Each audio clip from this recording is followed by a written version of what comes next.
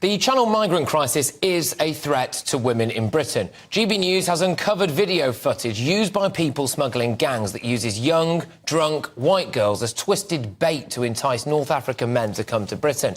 A cursory glance of Google reveals numerous cases of convicted rapists trying to cross the channel or people who've been accused of sexual offences since arriving. Now, it appears that human traffickers are essentially telling channel migrants that if they come to Britain, there'll be a ready supply of young, intoxicated women for them to just have their way with. We've got a snapshot of one of these promotional clips for you now. We'll be playing a lot more of this throughout the course of the show, but these videos have been used by several accounts on Instagram with hundreds of thousands of followers.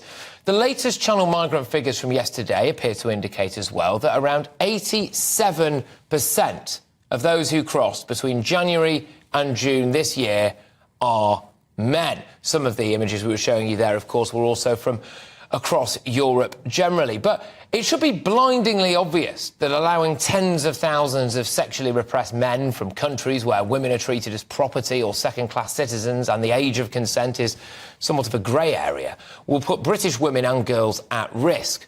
But apparently that needs spelling out to people. Human trafficking gangs are using young, intoxicated British women as bait. I can remember a fair few years ago when the odd ruddy-faced, red wine-infused, portly politician would come out and say stuff like, well, if women want to be safer on the streets, then maybe they shouldn't go out looking like that.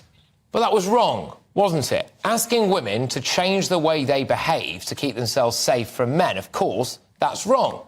Now, I don't want to see women in this country have to change their behaviour to protect themselves from predatory men who think that they can come here and treat women as fair game.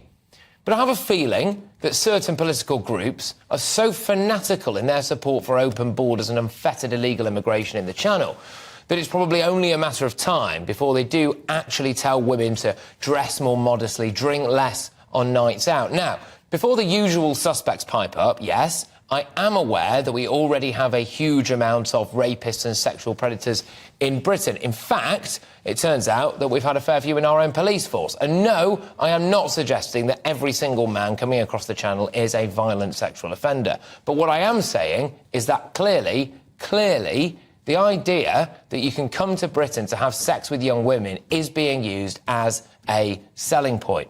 Now, if the cost to the taxpayer isn't enough to stop this madness, if national security isn't enough, if nothing else is enough, surely the safety of young women should be.